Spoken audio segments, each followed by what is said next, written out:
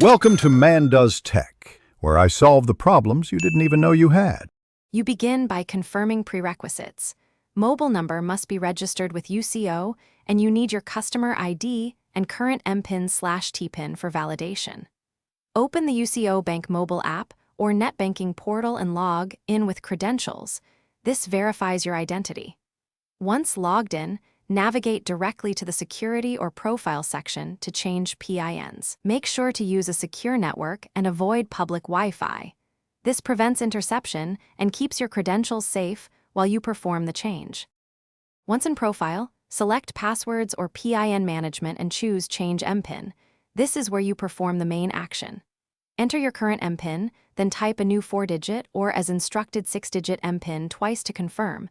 Using memorable but non-obvious digits reduces risk. Next, authenticate the change with the OTP sent to your registered mobile.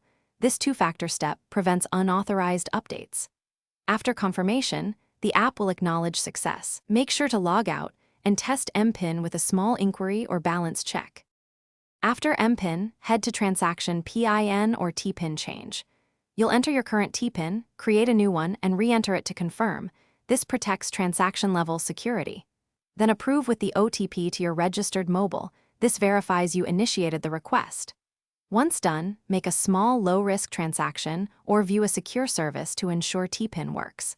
If OTP fails, network is delayed, or the system rejects the change, contact the UCO Bank helpline or visit your branch with ID to resolve authorization issues. Thanks for watching. If you found this helpful, don't forget to like and subscribe.